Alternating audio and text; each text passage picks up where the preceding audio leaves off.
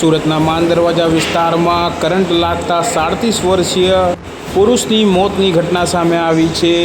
પોતાના ઘરની બહાર મૂકેલી દાદર સાથેની જાળી ઉચકવા જતા તેને કરંટ લાગ્યો હતો અને કરંટ લાગતા જ તે ઢળી પડ્યો હતો।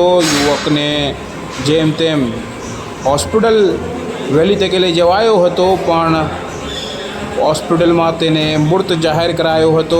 ઉલ્લેખનીય છે કે પરિવારજનો દ્વારા ટોરન્ટ પાવરની બેદરકારી હોવાના આક્ષેપો કરવામાં આવ્યા છે। જોકે હાલ આ અંગે યુવકના પોસ્ટમોર્ટમ બાદ આ અંગે પોલીસ વધુ તપાસ કરશે, ત્યારે મોતનું કારણ ખબર પડશે। પણ હાલ વીજ કરંટ લાગતા 37 વર્ષીય પુરુષની મોતની ઘટનાથી તેના પરિવારજનોમાં શોકની કાલીમાં છવાઈ ગઈ છે। કેમેરામેન સાબિર અલી સૈયદ સાથે કાદિર શેખ, કર્તવ્ય ગુજરાત ન્યૂઝ, સુરત।